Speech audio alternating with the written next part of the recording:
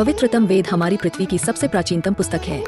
वेद विश्व के प्राचीनतम और सबसे पहले ईश्वर प्रदत्त धर्म ग्रंथ है, जिन्हें परमपिता परमात्मा ने स्वयं सभी मनुष्यों के लिए दिया है। वेदों में वर्णित अद्भुत ईश्वरीय ज्ञान विज्ञान को परमात्मा ने प्राचीन काल में सबसे पहले वैदिक ऋषियों अग्नि, वायु, आदित्य और अंगिरा को आत्म साक्षात्कार के द्वारा प्रदान किया। ईश्वर द्वारा प्रदत्त वेदों में बताए गए मार्ग के मूल आधार पर ही कालांतर में दुनिया के सभी अन्य मतों, पंथों, संप्रदायों, मजहबों, रिलीजन आदि की उत्पत्ति विभिन्न मानवों द्वारा की गई, जिन्होंने वेदों के ज्ञान को अपने अपने तरीके से भिन्न भिन्न भाषाओं में प्रचारित किया।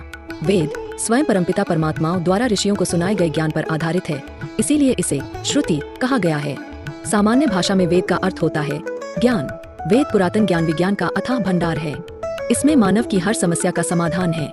वेदों में ब्रह्मा, ईश्वर, देवता, ब्रह्मांड, ज्योतिष, गणित, रसायन, औषधि, प्रकृति, खगोल, भूगोल, धार्मिक नियम, इतिहास, रीति रिवाज आदि लगभग सभी विषयों से संबंधित ज्ञान विज्ञान भरा पड़ा है। शतपथ ब्राह्मण के श्लोक के अनुसार सर्वप्रथम ऋषि अग्नि, ऋषि वायु, ऋषि आदित्य और ऋषि अंगिरा जी ने घोर तपस्या की और ऋग्वेद, यजुर्वेद, सामवेद और अथर्ववेद को परमात्मा से प्रत्यक्ष प्राप्त किया।